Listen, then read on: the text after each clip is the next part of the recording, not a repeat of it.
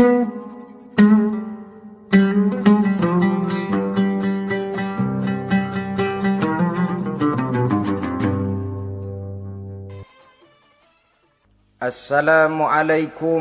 warahmatullahi wabarakatuh. Waalaikumsalam warahmatullahi wabarakatuh. Bismillahirrahmanirrahim. Alhamdulillahi rabbil alamin. Wassalatu wassalamu ala ashrafil anbiya'i wal mursalin, Sayyidina wa maulana Muhammadin wa ala alihi wa ashabihil mujahidin at-tahirin, amma ba'du. Saudara-saudara kaum muslimin rahimakumullah. Pada pertemuan terdahulu kita sudah membicarakan orang-orang yang menjadi teman-teman setan dalam kehidupan di dunia ini. Maka pada pertemuan kali ini kita akan membicarakan tentang siapa yang menjadi musuh-musuh setan di dalam kehidupan. Dengan satu catatan, berbahagialah mereka yang menjadi musuh-musuh setan, tetapi celakalah mereka yang menjadi teman-teman setan. Bagaimanapun juga di dalam kehidupan ini, apabila orang telah memproklamirkan bendera permusuhan kepada kita, maka kita tentu seharusnya bersikap waspada dan mawas diri. Demikian juga iblis dan seluruh bala tentaranya yang terdiri daripada setan-setan. Mereka telah mengibarkan bendera permusuhan kepada Nabi Adam dan anak cucunya, kepada kita umat Rasulullah sallallahu alaihi wasallam. Akan sengsara dan celaka jika kepada iblis dan setan yang telah nyata-nyata mengibarkan bendera permusuhan itu kita mengadakan toleransi, mengadakan kerjasama, dan menjadi budak yang memperturutkan kemauan daripada iblis dan setan. Siapa yang menjadi musuh-musuh setan dalam kehidupan ini? Inilah pertanyaan berikutnya yang diajukan oleh baginda Rasul kepada iblis. Hai iblis, kalau teman-temanmu adalah seperti yang telah engkau jelaskan tadi, sekarang cobalah beritahu saya, siapa di antara umatku yang menjadi musuhmu dalam kehidupan ini? Atas pertanyaan ini, iblis laknatullah menjawab, ya Rasul, musuh-musuhku di antara umatmu, pertama, anta ya Muhammad. Musuhku yang pertama adalah engkau, wahai Muhammad. Kenapa iblis mencatat Nabi Muhammad sebagai tokoh nomor satu dalam deretan musuh-musuhnya? Mudah difahami. Pertama, keberadaan Rasul merupakan rahmah lil alamin, rahmah bagi lingkungan. Yang kedua, beliau berfungsi menyelamatkan manusia dari tempat yang gelap gulita, dari tempat kesesatan menuju tempat yang terang benderang penuh berisi petunjuk dan hidayah dari Allah Subhanahu wa taala. Maka menurut iblis, inilah manusia perintang pertama atas segala daya dan usahanya menggelincirkan manusia ke jalan yang dimurkai oleh Allah Subhanahu wa taala. Kalau kita baca sejarah, risalah yang dibawa oleh Nabi Muhammad ini memang merupakan risalah yang membawa rahmah bagi alam sekitarnya. Ada sedikit perbedaan dengan risalah-risalah sebelum beliau. Sepertinya risalah yang dibawa oleh para rasul terdahulu itu mempunyai efek yang langsung pada kehidupan di dunia ini. Nabi Nuh misalnya menyampaikan agama. Hai umatku, ini agama. Umat menentang, turun banjir yang menenggelamkan orang-orang kafir. Azab diturunkan pada waktu itu juga, pada saat nabinya masih hidup. Jadi azabnya itu jenis cash, kontan. Nabi Soleh, hai umatku, ini agama. Mereka menolak, turun gempa bumi yang amat hebat menggulung orang-orang kufur. Nabi Musa, hai umatku, ini agama. Mereka menolak. Sebagian ditenggelamkan di lautan merah, sementara sebagian lain dikutuk menjadi monyet-monyet yang hina, seperti diceritakan dalam Al-Quranul Karim. Lain dengan Rasulullah Sallallahu Alaihi Wasallam. Bagaimanapun kurang ajarnya umat yang dihadapi oleh beliau, bagaimanapun menentangnya jamaah yang dihadapi oleh beliau, azab tidak turun sepanjang beliau masih hidup. Ini merupakan jaminan dari Allah, wa ma kana Allahu liyu'azzibahum wa anta fihim. Allah sama sekali tidak akan menurunkan azab selama engkau wahai Muhammad masih hidup di tengah-tengah umatmu. Jadi keberadaan Nabi Muhammad merupakan jaminan keselamatan bagi umatnya. Selama beliau masih hidup, azab tidak turun bagaimanapun kurang ajarnya umat. Di sini sedikit bedanya dengan nabi-nabi terdahulu. Juga perbedaan dalam pola dakwah. Nabi Nuh ketika dakwahnya ditolak oleh umat, keluar doanya meminta umatnya ditenggelamkan. Tetapi Nabi kita ketika dilontari batu oleh umat, malah beliau mendoakan umatnya agar memperoleh hidayah. Oleh sikap yang semacam ini, wajar lalu iblis menganggap Nabi Muhammad sebagai musuh ranking pertama. Yang kedua, siapa musuhmu di antara umatku? Yang kedua kata iblis, musuhku Muhammad imamun adil. Pemimpin yang adil. Itu yang akan menjadi musuhku di dunia ini. Putus asa iblis menghadapi pemimpin yang adil. Tipu dayanya tidak terkena.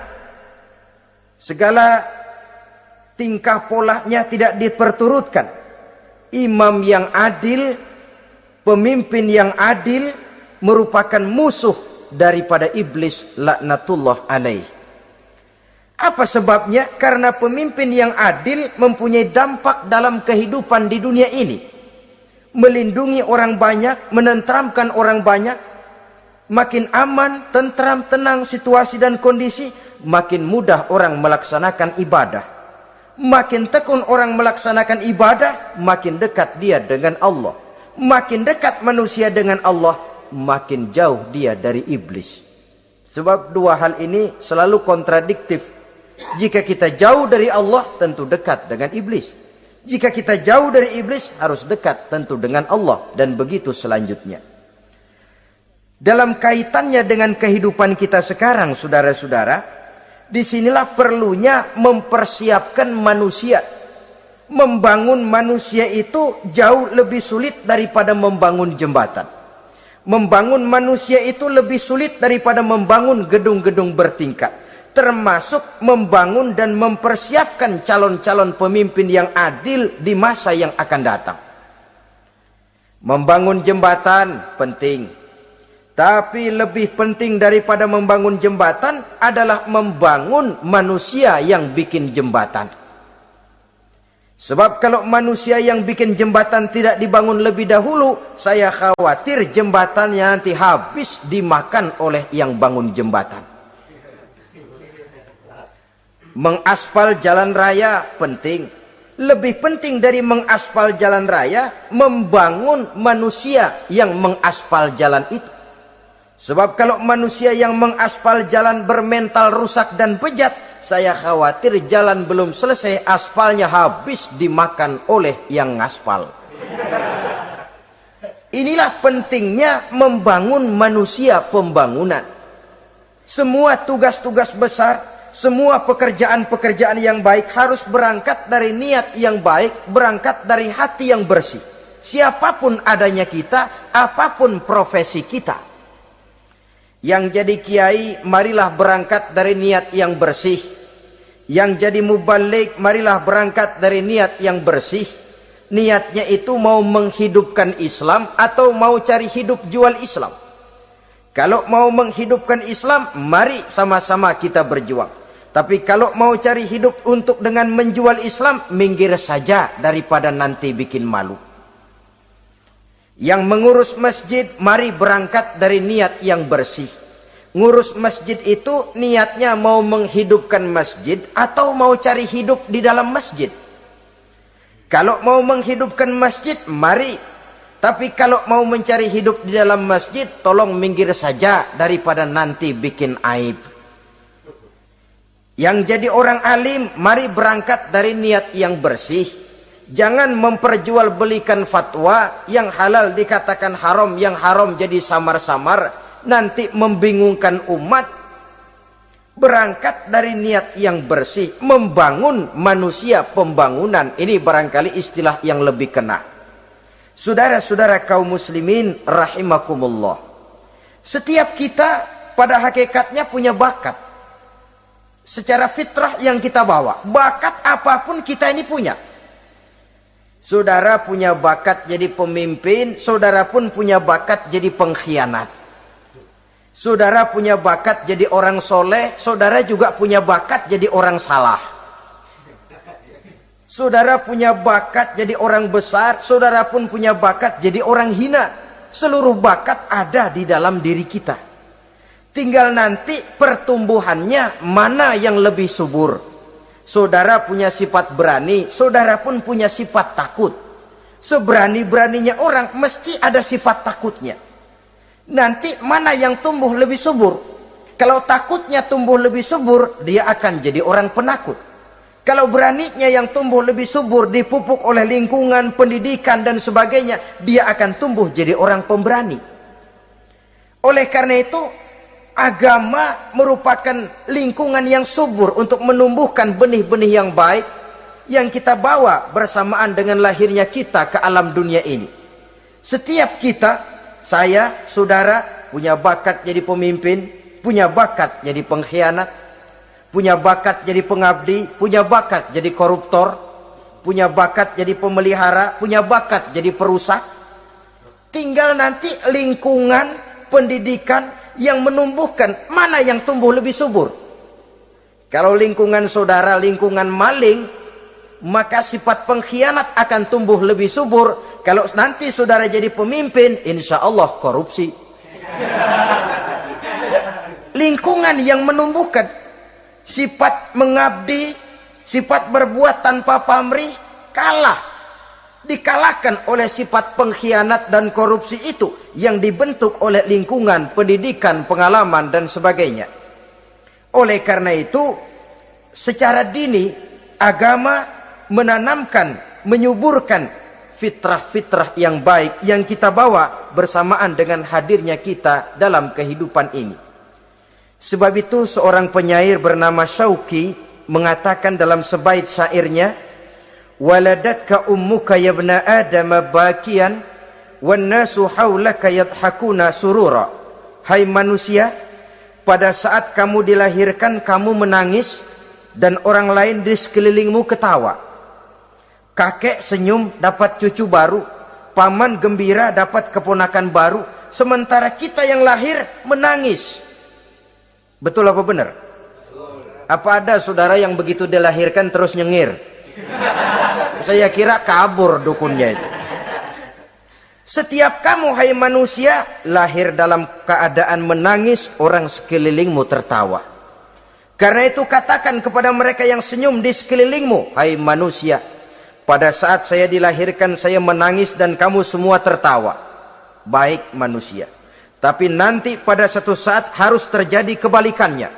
Kalau dikala saya lahir saya menangis dan kau semua senyum, nantilah manusia.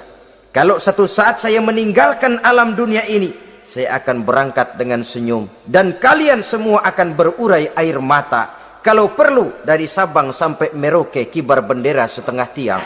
Kalau perlu. Jangan terbalik, kita mati melotot orang malah gembira. Karena hidup selalu membawa sifat-sifat yang merusak. Inilah orang kedua yang menjadi musuhnya iblis dan beruntung menjadi musuh iblis. Siapa? Imamun adil, pemimpin yang adil. Saudara-saudara kaum muslimin rahimakumullah. Yang ketiga musuh iblis, ghaniyun mutawadhi, orang kaya yang rendah hati, Orang kaya yang tidak sombong. Kaya apa saja. Baik kaya oleh karena ilmu. Orang yang kaya karena ilmu disebut orang alim. Baik kaya karena materi. Orang kaya karena materi dinamakan hartawan. Baik kaya karena kedudukan. Orang yang kaya karena kedudukan dinamakan pejabat. Orang kaya yang rendah hati itu musuh iblis. Beruntung dia menjadi musuh iblis. Iblis tidak senang ada orang kaya tidak sombong. Tapi iblis paling senang kalau ada orang kaya sombong. Lebih senang lagi iblis kalau ada orang miskin sombong. Masya Allah. Orang kaya sombong, walaupun iblis senang, orang masih bilang pantas saja dia sombong, kaya apaan aja punya. Udah miskin sombong, kira-kira yang disombongin apaan? Dalam segala bentuknya sombong ini Allah tidak senang, tapi iblis senang. Kenapa? Karena sponsor sombong iblis. Kan yang pertama kali sombong iblis toh. Ketika disuruh sujud kepada Nabi Adam, dia nggak mau. Ini kesombongan pertama yang terjadi dalam sejarah. Ketika ditanya, kenapa kau tidak mau sujud iblis? Ah, saya kan dibikin dari api, Adam dari tanah. I am the best. Saya lebih hebat daripada iblis, daripada Adam. Adam baru kemarin dibikin, saya sudah lama. Kata Allah, kamu sombong iblis, ini surga bukan tempat orang sombong. Keluar! Terusir dia dari surga. Jadi, kesombongan pertama adalah kesombongan yang dilakukan oleh iblis. Dan dia tanamkan itu kepada kita supaya jadi orang sombong. Karena itu sombong ilmu Allah nggak senang, tapi iblis senang. Mentang-mentang ada ilmunya. Nih, satu-satunya ustadz di sini ya. Semua mesti ngaji sama gue. Kalau nggak ngaji sama gue, Islamnya kurang tapi bener. Sombong karena ilmu. Sombong karena pangkat. Mentang-mentang pakai bintang di pundak, jalan pundak duluan. Yang wajar saja hidup ini. Sombong harta pun begitu. Kaum muslimin rahimakumullah.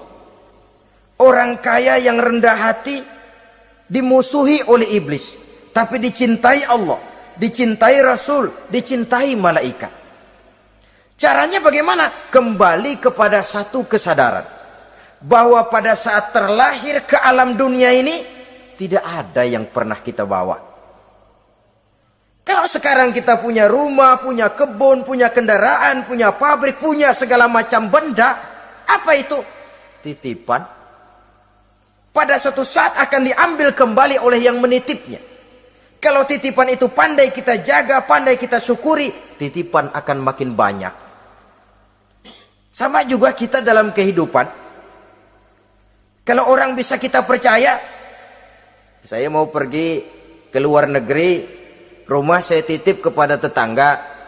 Saya pulang dari luar negeri, isi rumah tetap, tidak berkurang, malah dibersihi, malah disapu, dihilangkan kotorannya. Tentu bukan main syukur saya, girang saya. Akan bertambah kepercayaan saya untuk menitipkan apa saja. Ini makna la in syakartum la azidannakum wa la in kafartum inna azabi lasyadid. Kalau kamu pandai bersyukur, aku tambah nikmat. Tapi kalau kamu ingkar, azabku teramat pedih. Artinya apa? Nikmat bisa berubah menjadi azab kalau kita tidak pandai mensyukurinya. Ma'asyiral muslimin rahimakumullah. Orang yang kaya ilmu lalu rendah hati, tidak selalu ingin menonjolkan diri. Ini kadang-kadang yang tanggung ini yang bikin berabe. Alim bener enggak, geblek bener juga enggak. Yang sedikit-sedikit mau nonjolin diri. Kalau enggak jadi imam enggak mau ke masjid. Enggak jadi imam enggak mau ke musola. Pokoknya kalau enggak jadi imam marahan sama musola. Macam mana? Saudara-saudara kaum muslimin, rendah hati. Tidak selalu ingin menonjolkan, sebab orang yang selalu ingin menonjolkan dirinya biasanya orang yang kekurangan kepercayaan kepada kemampuan dirinya sendiri. Dia selalu ingin dinomorsatukan. Dia selalu ingin ditempatkan pada ranking teratas. Dia tidak percaya diri. Orang yang percaya diri dapat bersikap wajar dalam kehidupan. Begitu juga kaya karena harta, dengan menyadari bahwa harta bagaimanapun banyaknya titipan dari Allah. Pada suatu saat akan kembali. Dia harus dimanfaatkan sesuai dengan kehendak yang menitipnya. Begitu juga kaya oleh karena pangkat, kedudukan, dan jabatan. Pada suatu saat jabatan itu akan hilang dari diri kita. Karenanya sering saya jelaskan bahwa pangkat di dunia ini yang paling tinggi pensiun. Titel yang paling akhir almarhum. Saudara setuju atau tidak, titel itu akan saudara dapat. Bagaimanapun kita cinta kepada pangkat, kedudukan, entah pada akhirnya suatu saat akan sampai kepada posisi yang namanya pensiun.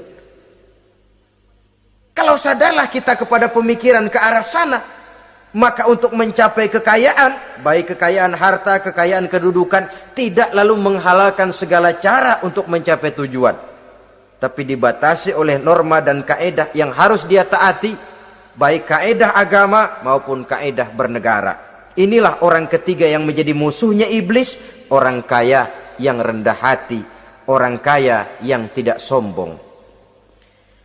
Yang keempat, saudara-saudara, tajirun shadiq, pedagang, pengusaha yang jujur. Iblis gedek betul,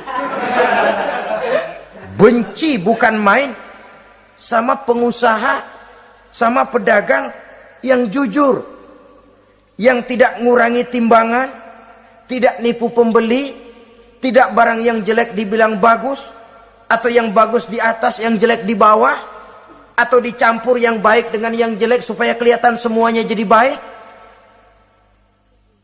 Semua orang ingin untung, tidak ada kecuali siapapun orangnya, dan itu wajar. Setiap manusia ingin mendapat keuntungan, kalau perlu dengan modal minimal mencapai keuntungan maksimal, seperti yang diajarkan oleh teori ekonomi. Itu kan yang namanya produktif kan. Satu usaha dinamakan produktif, bagaimana kita mengeluarkan modal minimal bisa mencapai keuntungan maksimal. Silakan. Bahwa manusia ingin untung itu insting, naluri, fitrah. Tidak ada orang yang mau rugi. Tapi cara mencapai keuntungan itu yang membedakan antara seorang muslim dengan yang bukan muslim. Sudah pernah saya sampaikan, apabila kaum pengusaha, para pedagang sudah dijangkiti penyakit yang tidak jujur, yang akan timbul adalah kekacauan ekonomi. Kekacauan ekonomi bisa menimbulkan revolusi sosial, dan revolusi sosial merupakan kiamat satu generasi.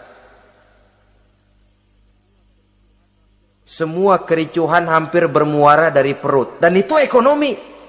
Orang nodong perut, orang korupsi perut. Ya walaupun korupsi kalau sudah kelas kakap tidak lagi sekedar urusan perut. Ya perut apa yang diurusin kalau korupsinya miliaran itu? Perut jin barangkali. Saudara-saudara kaum muslimin rahimakumullah. Oleh karena itu, pedagang yang jujur, pengusaha yang jujur, ini merupakan musuh iblis. Iblis tidak senang kalau ada pengusaha yang jujur. Iblis tidak senang kalau ada pedagang yang jujur. Tapi iblis akan tepuk tangan kalau pedagang sudah selingkuh, kalau pengusaha sudah nipu. Ada orang bilang, sekarang mah kalau jujur-jujur bener nggak makan apa-apa dong kita. Sebab katanya jangan lagi nyari yang halal, sekarang ini yang haram aja seret. Rupanya sering masang undian nggak pernah kena. Lalu bilang jangan yang halal, yang haram aja nggak kena-kena katanya. Sebenarnya bukan itu masalahnya, saudara-saudara. Bukan itu masalahnya. Masalahnya ialah bahwa kejujuran membawa keberkahan. Ini kalau kita berpikir dengan kacamata agama. Keberkahan merupakan sumber ketenangan. Dan ketenangan ini tidak bisa dibeli dengan materi yang bagaimanapun banyaknya. Walaupun kita punya percetakan duit, ketenangan itu nggak bisa dibeli.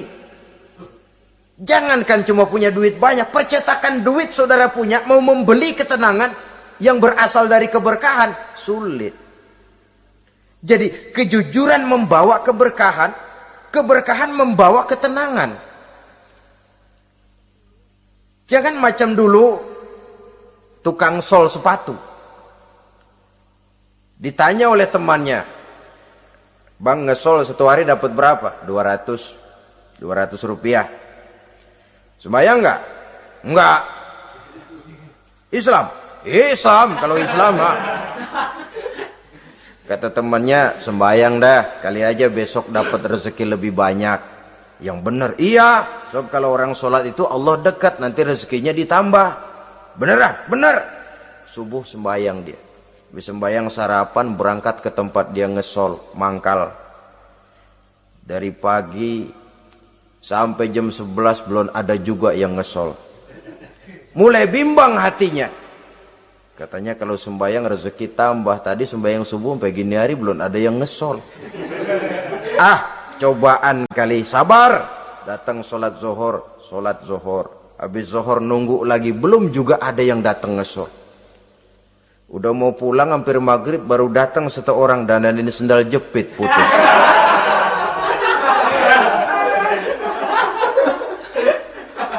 Sudah bayar 25 rupiah, pulang dia si tukang sol ini, ketemu sama temennya yang nyuruh sholat tadi. Ditanya, "Bagaimana penghasilan ini hari?" Apa dijawab? "Gua kapok deh sembahyang."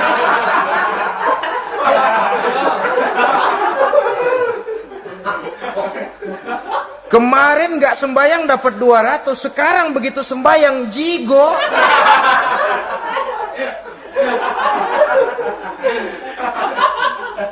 Dia tidak sadar bahwa dengan dari kacamata agama, 25 rupiah yang membawa berkah jauh lebih baik ketimbang 200 uang panas. Dari kacamata agama, 25 rupiah yang membawa berkah lebih baik daripada 200 rupiah tapi panas. Sebab panas menjauhkan kita dari ketenangan. Itulah sebabnya, maka pedagang yang jujur, pengusaha yang jujur menjadi musuh setan dan beruntung. Sekarang jadi pengusaha jujur-jujur nggak dapat proyek, Pak. Kalau nggak bisa semir semur. Padahal agama sudah menjelaskan ar-rashi wal murtashi finnar. Orang yang nyogok dan orang yang disogok, dua-duanya neraka. Kenapa? Join termasuk ta'awanu 'alal ismi wal udwan. Bertolong-tolongan dalam berbuat dosa dan kesalahan. Kalau hadiah, lain hadiah. Kalau sodako, lain sodako. Tapi yang namanya semir, suap, ar-rashi wal murtashi finnar. Saudara-saudara kaum muslimin rahimakumullah. Jadi pedagang yang jujur, pengusaha yang jujur merupakan salah satu roda perekonomian. Kegoncangan ekonomi akan menimbulkan dampak sosial yang sangat luas dan kompleks. Yang pada giliran puncaknya, dampak paling negatifnya, dia sanggup menggerakkan terjadinya revolusi sosial. Bukankah sebagian besar gerak hidup manusia dimotivasi oleh keinginan untuk mempertahankan kelangsungan hidup? Dan kelangsungan hidup artinya mulut. Mulut itu artinya perut, dan itu artinya makan. Setelah itu mungkin baru pangan, baru sandang, baru dia berpikir pakaian dan sebagainya. Jadi karena dia merupakan penggerak roda ekonomi, pedagang yang jujur, pengusaha yang jujur mutlak diperlukan dalam kehidupan ini. Sebab sekali lagi, kejujuran akan membawa keberkahan, keberkahan memberikan ketenangan dalam kehidupan. Oleh karenanya kita umat Islam, biarin duit kita banyak, asal berkah. Itu tentu idealnya. Ketimbang dikit tidak berkah, lebih baik ia banyak, ia berkah. Dan keberkahan itu datang lewat kejujuran. Kejujuran ini sudah dicontohkan oleh Rasul pada saat beliau berniaga ke negeri Syam. Dikala berumur 9 tahun, bahkan dikala berumur 25 tahun, seketika membawa dagangan Sayyidatuna Khadijah yang kelak jadi istri beliau. Kita maklum bahwa solat merupakan sarana yang paling efektif untuk mendekatkan manusia kepada Allah. Makin dekat manusia dengan Allah, makin tidak senang iblis dan setan. Karena itu segala macam cara mereka berusaha mengaduk-ngaduk solat kita. Dan sesungguhnya, jikalau kita mengerjakan solat, itu kan targetnya cuma 2. Pertama, agar solat kita itu sah. Yang kedua, agar solat kita itu qabul, yakni diterima oleh Allah. Kalau soal sah dan tidak, ukurannya gampang. Saya kalau ditanya orang, Pak, solat saya sah atau tidak? Saya bisa jawab. Saudara, solatnya syarat rukunnya cukup apa tidak? Cukup, sah. Itu kalau perkara sah. Tapi kalau sudah perkara qabul, Pak, solat saya diterima atau tidak oleh Allah? Ini saya tidak bisa jawab. Kenapa? Soal qabul mencakup masalah batin. Cuma ukuran logikanya, kalau syarat rukun cukup, insya Allah qabul. Saudara-saudara kaum muslimin rahimakumullah. Oleh karenanya, pada saat kita solat, iblis, setan datang dari segala macam penjuru supaya kita kehilangan rasa khusyuk. Apalagi kalau kita jadi imam yang gerak kita, bacaan kita dilihat, didengar, disaksikan oleh orang banyak. Digodanya gerakan kita, dibolak-baliknya hati kita supaya di dalam solat itu banyak yang kita ingat, hal-hal yang tidak ada hubungannya dengan solat. Kadang-kadang belum sholat kita ribut nyari pulpen. Enggak ketemu. Begitu takbir ingat pulpen di atas lemari. Mulai goncang lagi niat kita sholat. Kadang-kadang kalau hati tidak bisa dipermainkan, iblis berbisik lagi. Gerakan kita dalam sholat tidak mencerminkan kekhusyuan. Kalau gerak juga ternyata masih bisa khusyuk, bacaan kita dibuatnya kita seperti dikejar-kejar waktu. Sholat isya misalnya, dengan cara kilat khusus, super singkat. Saya katakan tadi, apalagi kalau kita jadi imam, iblis mudah mendatangkan penyakit riya. Karena mengimami orang banyak, lalu supaya dikira alim, dibuatlah sholatnya itu mantep-mantep. Surahnya dicari yang panjang-panjang, paling pendek sabihis sama wadduha. Tapi kalau sudah sholat sendirian, cukup inna a'toinakal kausar sama kul huwallahu ahad. Kayaknya khusyuk bukan main. Kalau imam, bahasanya dipaseh-pasehin kayak orang 16 tahun di Mekah. Usolli fardwal maghribi salasa raka'atin. Saudara-saudara kaum muslimin yang berbahagia, oleh karena solat merupakan sarana yang paling efektif untuk mendekatkan diri dengan Allah, maka orang yang khusyuk di dalam solatnya merupakan musuh utama daripada iblis. Sekarang bagaimana bisa khusyuk caranya? Kalau khusyuk 100%, rasa-rasanya sulit. Untuk sampai ke arah sana orang memerlukan tahapan. Kepada Imam Ali karramallahu wajhah, baginda Nabi pernah memberikan satu tes. Ali, saya ya Rasul, kalau kau bisa sholat 2 rakaat saja dengan khusyuk, aku kasih hadiah sorban. Baik ya Rasul. Sembayang Imam Ali 2 rakaat, selesai sholat, assalamualaikum, wassalamualaikum. Rasul bertanya, yang mana sorbannya Li? Tanpa nengok, Imam Ali menjawab, yang hijau ya Rasul. Setelah menjawab yang hijau, Rasul berkata, kamu tidak khusyuk li. Kenapa? Soalnya tadi waktu sembahyang mikirin, nanti kalau ditawarin sorban pilih yang hijau aja ah. Sehingga begitu ditanya, refleks menjawab, yang mana li? Yang hijau saja ya Rasul.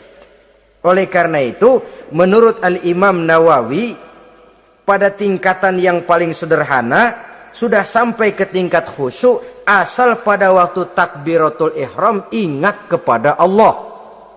Tapi jangan lupa, itu tangga pertama. Jangan ada fatwa begini lalu aman.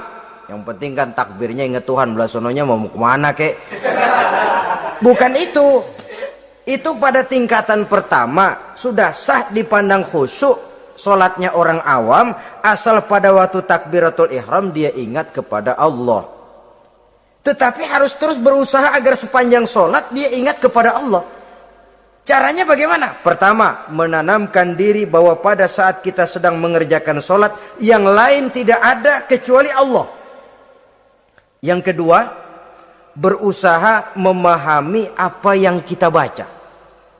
Sehingga pada saat kita sujud, subhana rabbiyal a'la wa bihamdi, terbayang kemahasucian Allah, kemahatinggian Allah.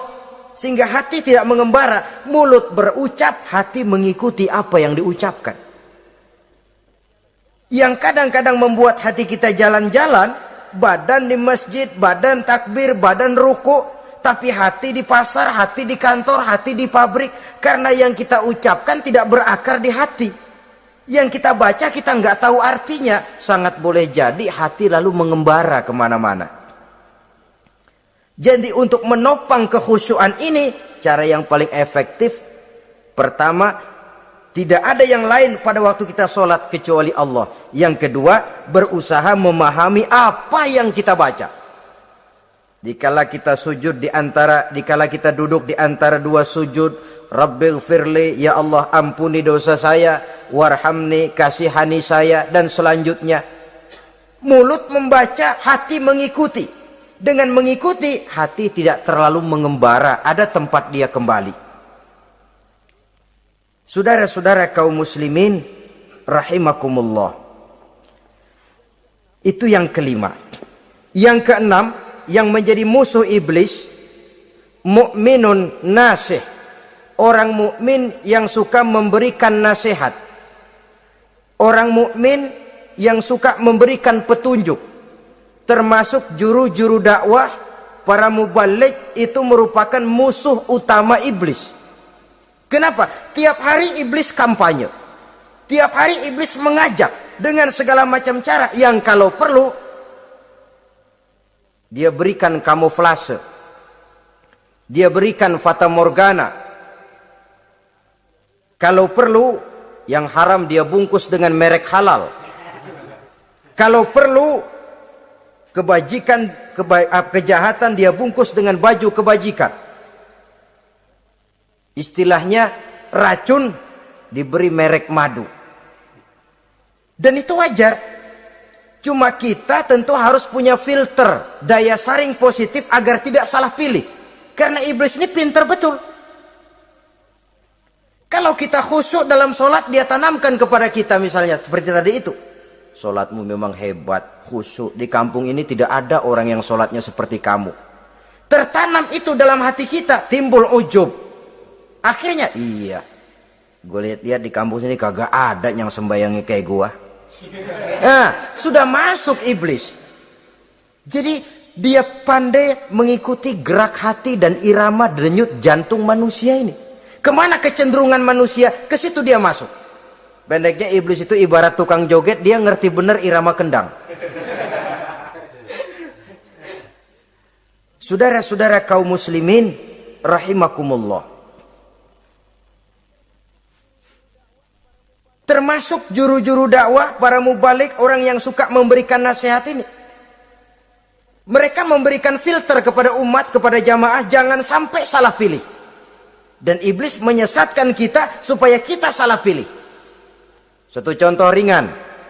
Kalau di depan saudara ada dua buah gelas, yang segelas isinya jamu, yang segelas sirup. Kira-kira saudara minum yang mana? Jamu. Jamu apa sirup? Jamu. Sirup apa jamu? Jamu. Orang yang pikirannya panjang, dia pasti minum jamu. Pahit memang, getir memang, tapi besok badan sehat, tenaga kuat, gairah kerja ada, kreativitas timbul, semangat menghadapi kehidupan tumbuh. Orang mukmin, orang yang berpandangan jauh ke depan. Pandangannya panjang. Panjang kemana? Tidak cuma ke dunia, sampai juga dia memandang ke alam barzakh, ke akhirat. Sholat itu jamu, pahit. Ngaji, hadir di majelis taklim itu jamu, pahit. Sedekah jamu, pahit. Mengeluarkan uang untuk kepentingan orang lain, enak aja minta sumbangan, datang-datang yang nyari peres keringat banding tulang gue, lu datang-datang mau minta. Yang enak ngumpulin harta lalu bakhil bin pelit alias medit. Itu jamu. Saudara hadirin yang saya muliakan, sedekah jamu pahit, puasa jamu pahit, jihad jamu pahit. Tapi nanti begitu kita meninggalkan dunia, masuk ke alam barzakh, apalagi pindah ke akhirat, baru terasa, aduh nikmatnya dulu kemarin itu minum jamu, sekarang badan sehat, tenaga kuat, kerja semangat. Nikmatnya dulu saya waktu di dunia sholat, rajin ngaji, suka sodako, suka menolong orang. Sekarang terasa manfaatnya. Begitu saya berada di alam barzakh, apalagi sudah dibangkitkan di padang mahsyar di akhirat nanti, terasa seluruh kebajikan yang saya kerjakan. Nah, orang yang berpikir jangka pendek, cuma ngelihat yang ada di depan hidungnya saja. Ngapain minum jamu getir, sirup nih, manis. Dia minum, dia ambil sirup, minum, manis memang pada waktu minum, tapi besok bibir jontor. Meninggalkan perintah Allah, sirup itu manis. Tidak sholat, manis. Tidak bayar zakat, sirup, manis. Tidak mau puasa, sirup, manis. Manis sekarang. Tapi nanti besok begitu masuk ke alam barzakh, begitu dibangkitkan di padang mahsyar di akhirat nanti, merintih kita menahan penyesalan yang sudah tidak ada artinya lagi. Sampai-sampai penduduk mahsyar itu ada yang berkata, diceritakan dalam Quran, ya laitani kuntu turaba. Wahai celaka, kenapa kita nggak jadi tanah saja? Menyesali kejadiannya. Andai kata mereka bisa kembali ke hidup di dunia lagi, mereka akan minta kejadian yang kedua untuk berbuat baik. Tapi tentu sudah penyesalan yang tidak ada gunanya lagi. Maka saudara-saudara, emang cuman jalan duluan kecebur di sumur yang nyesel duluan. Ada orang jalan, yang paling depan kecebur di sumur, itu tuh, gue nyesel duluan katanya. Nyesel duluan. Yang lain mesti nyeselnya belakangan. Saudara hadirin yang saya muliakan, nah, orang yang suka memberikan nasihat kepada orang lain dimusuhi iblis. Kenapa? Tentu nasihat yang membawa kebaikan. Iblis nggak senang betul itu. Kita nasihatin teman, udah berhenti dah, jangan pada mabok lagi. Iblis gergetan bener. Ini orang dilarang lagi. Kita nasihati teman, udah jangan masang-masang lagi dah, nggak bakalan kena, dikebohongin. Nggak ada orang jadi kaya masang judi, bangkrut malah loh. Ini kan termasuk tipu daya iblis, judi dinamain sumbangan. Itu sama saja itu, madu, racun mereknya madu. Judi dinamain sumbangan. Di belakang beca pada nyumbang. Kayak orang kaya lagunya.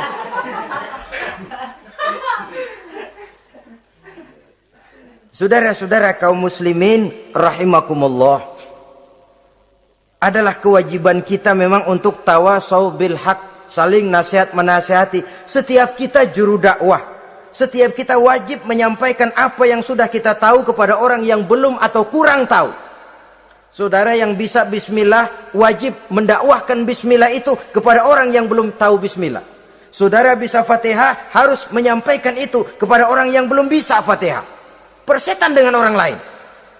Apalagi yang cuma kerjanya ngeritik saja, lu baru bisa Fatihah doang udah ngajar. Biar aja yang diajarin gak bisa Fatihah kok. Apa masalahnya pemerataan di bidang keilmuan? Sebab memang biasa penonton itu selalu lebih pandai menilai, kayaknya lebih pintar dari yang main. Sama saja orang nonton bola ngomel melulu, padahal dia sendiri belum tentu bisa main. Dengerin orang pidato pun begitu, monten bisa, wah kalau dia yang pidato 1 jam kayak semenit. Tapi kalau si Ano tuh kita udah pegel belum juga mau berhenti.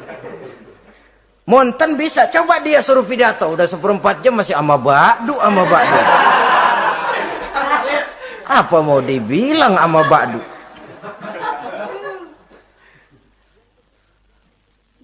Yang ketujuh, yang menjadi musuhnya iblis, taibun sabitun ala taubatihi, orang yang bertaubat dan tetap di atas taubatnya. Secara jujur, tidak ada manusia yang tidak punya salah. Dan orang yang baik memang bukan orang yang tidak punya salah. Karena tidak ada orang yang tidak punya salah.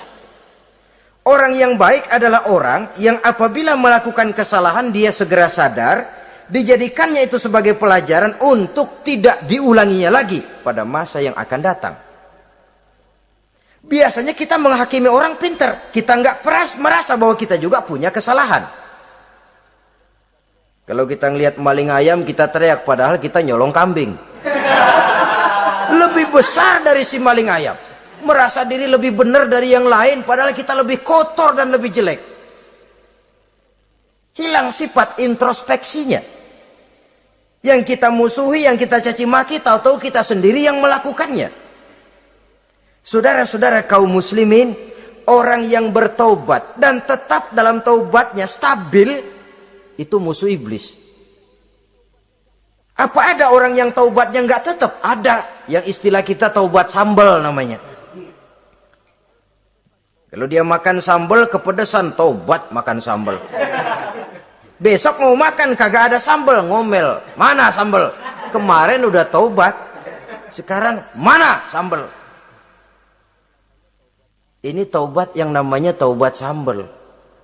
Istighfar, habis istighfar nyolong lagi, istighfar lagi, besok nyolong lagi, istighfar lagi. Itu taubat yang tidak tetap namanya. Allah Maha Pengasih dan Penyayang dengan segala kebesarannya. Ia akan memaafkan segala perbuatan yang bersifat salah dari hamba-hambanya. Cuma manusia kadang-kadang yang tidak mau memaafkan dirinya sendiri.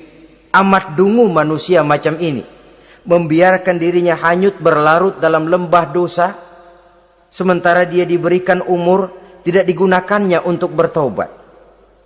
Innallaha yaqbalu taubatal abdi ma lam yugharghir. Allah senantiasa akan menerima taubat seorang hamba sepanjang nafasnya belum sampai di tenggorokan. Kalau nafas sudah sampai di tenggorokan baru berniat taubat, kasib terlambat. Kayak Fir'aun. Fir'aun itu begitu ditenggelamkan di lautan merah, udah cengap-cengap mau mampus, baru ngomong dalam sekaratnya, amantu bi Rabbi Musa wa Harun. Kalau begini mah saya juga percaya sama Tuhannya Musa. Udah sekarat baru mau taubat, malaikat maut gemes banget dilelepin, mati.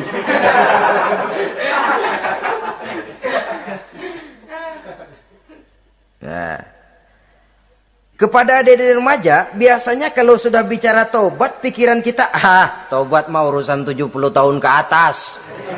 Kita masih lama ini. Sebenarnya tidak. Masalah taubat adalah masalah salah dan dosa. Masalah salah dan dosa adalah masalah manusia. Sejak dia akil balik sampai ajal datang merenggut nyawa. Hidup ini tidak selalu berjalan mulus. Hidup ini tidak selalu berjalan di atas kertas putih. Kadang kita tersilap, kadang kita tersalah. Kadang situasi dan kondisi menyebabkan kita berbuat lain dari yang seharusnya. Itu kehidupan. Silih berganti. Oleh karenanya pesan Nabi, wa'at bi'i sayyi'atal hasanah. Perbuatan salah ikuti dengan kebajikan. Dosa iringi dengan taubat. Jangan nunggu. Saya untuk taubat takut nanti bikin lagi. Nah, ini namanya punya harapan mau bikin lagi. Nanti aja dah kalau tua-tuaan.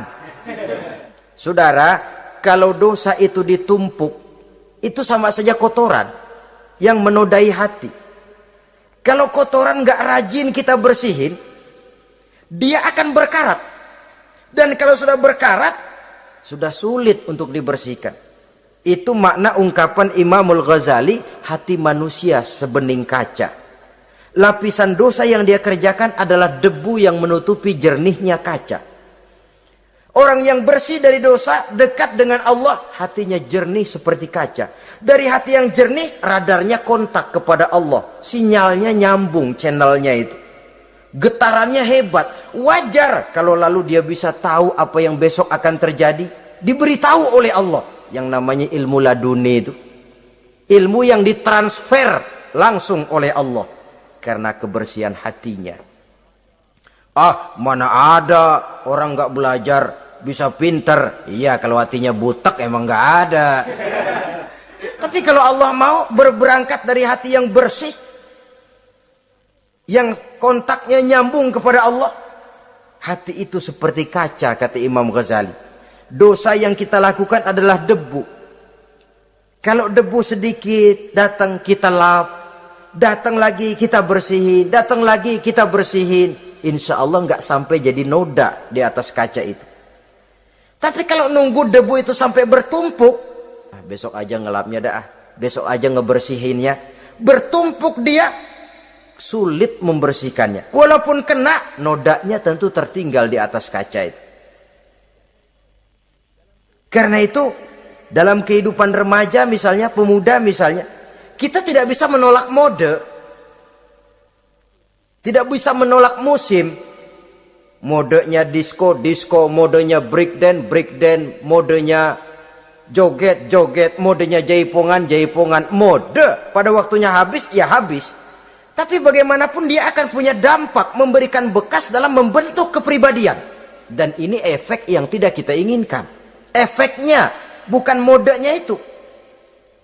Jadi oleh karenanya saudara-saudara, masalah taubat bukan masalah 70 tahun ke atas. Tapi masalah manusia sejak dia akil balik sampai ajal datang merenggut nyawa. Sepanjang nafas belum sampai di kerongkongan, Allah akan menerima taubat seorang hamba. Bahkan dalam hadis qudsi Allah menyatakan, "Lau amiltumul khotoya hatta mala'atis sama, thumma nadimtum, fataballahu alaikum." Kalaupun kamu berbuat dosa sampai penuh langit dengan dosamu, kemudian kamu bertaubat dan menyesal, Allah pasti akan menerima taubatmu. Jadi orang yang taubat dengan sebenarnya dan tetap dalam taubatnya, itu musuh iblis. Tapi orang yang taubatnya angin-anginan, iblis demen banget. Dari sembahyang, besok mabok, besoknya lagi nyolong, besoknya lagi zina, besok taubat lagi. Kata iblis, surak, iya lu gocet dah Tuhan.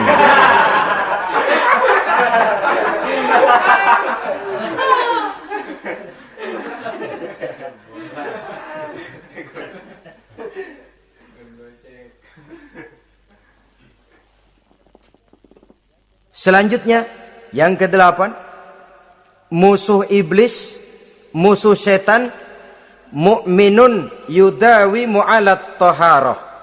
Orang mukmin yang membiasakan diri selalu dalam keadaan bersuci. Baik dari hadas kecil, lebih-lebih dari hadas besar.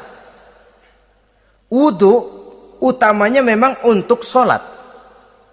Tapi membiasakan wudhu dalam kehidupan sangat baik sekali.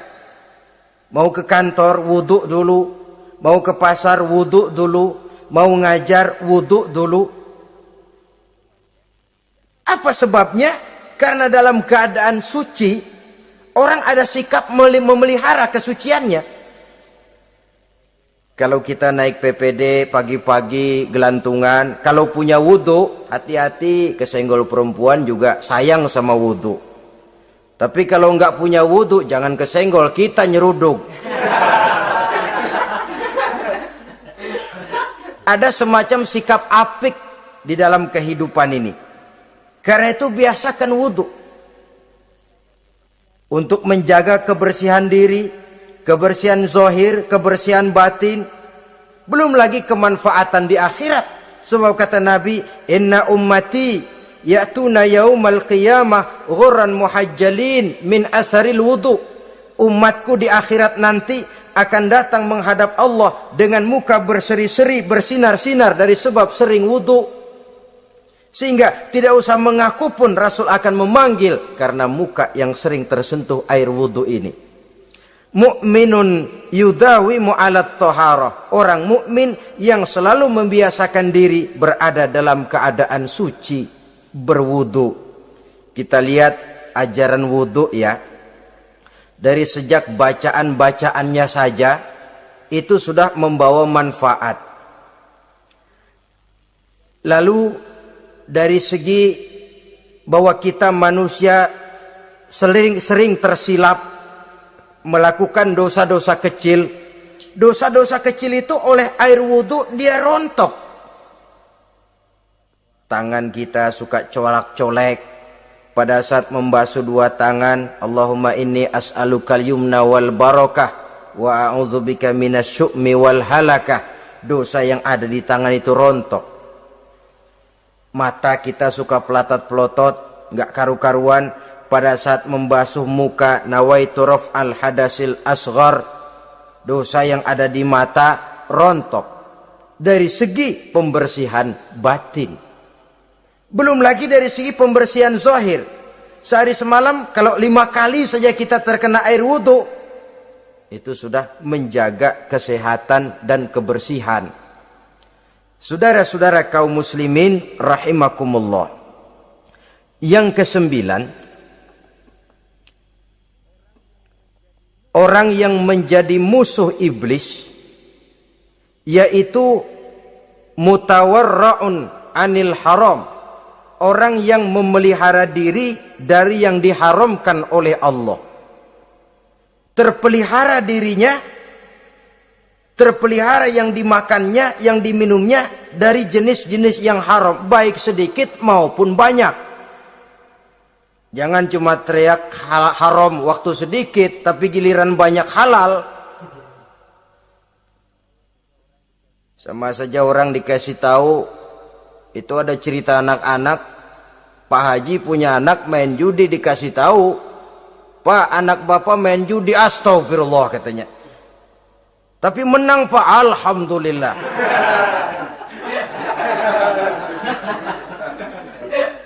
Ini kan sama saja. Giliran sedikit dibilang haram karena dia nggak dapat jatah, begitu dapat banyak dan dia kecipratan jadi halal. Yang sedikit haram, banyaknya pun juga haram. Yang banyaknya haram, sedikitnya juga haram. Ada orang bilang minuman keras kalau nggak mabokkan nggak haram. Yang memabukkan banyaknya, sedikitnya tetap saja haram. Ma askaro kasiruhu faqaliluhu haramun. Apa yang banyak menyebabkan jadi mabuk, sedikitnya pun juga haram. Saudara-saudara kaum muslimin, yang ke-10 yang terakhir, musuh daripada iblis ialah mukminun rahimun. Orang mukmin yang berhati pengasih. Orang mukmin yang suka menyambung silaturahmi. Orang mukmin yang tidak suka bertengkar. Orang mukmin yang tidak suka marah-marahan. Kalaupun terpaksa marah, tidak lebih daripada 3 hari. Jadi boleh saja marah kalau alasannya tepat, tapi nggak lebih dari 3 hari. Kalau perlu bikin perjanjian, kita marah ya 3 hari. Itu limit. Tidak halal kata Nabi bagi seorang muslim menjauhi saudaranya lebih dari 3 hari. Tidak halal itu artinya haram. Kita ini kadang-kadang kalau sudah marahan sama tetangga kah, sama teman kah, kadang-kadang suka berlaku perpanjangan waktu. Tidak cukup perpanjangan waktu, ditambah lagi perpanjangan generasi. Enggak cukup kita yang marah, orang lain kita sundut-sundut supaya ngikut marah lagi. Marah pakai ngundang. Kayak mafia lagunya. Udah dia marah, orang lain lagi disuruh marah. Saudara hadirin yang saya muliakan, mukmin yang punya sifat belas kasih, berhati jernih, itu musuh utama dari iblis. Tapi mukmin yang suka marah-marahan, tukang hasut dan tukang bakar, itu teman-teman iblis. Oleh karena itu, mudah-mudahan kita semua menjadi musuh iblis. Dan jangan menjadi musuh iblis. Jangan menjadi teman iblis.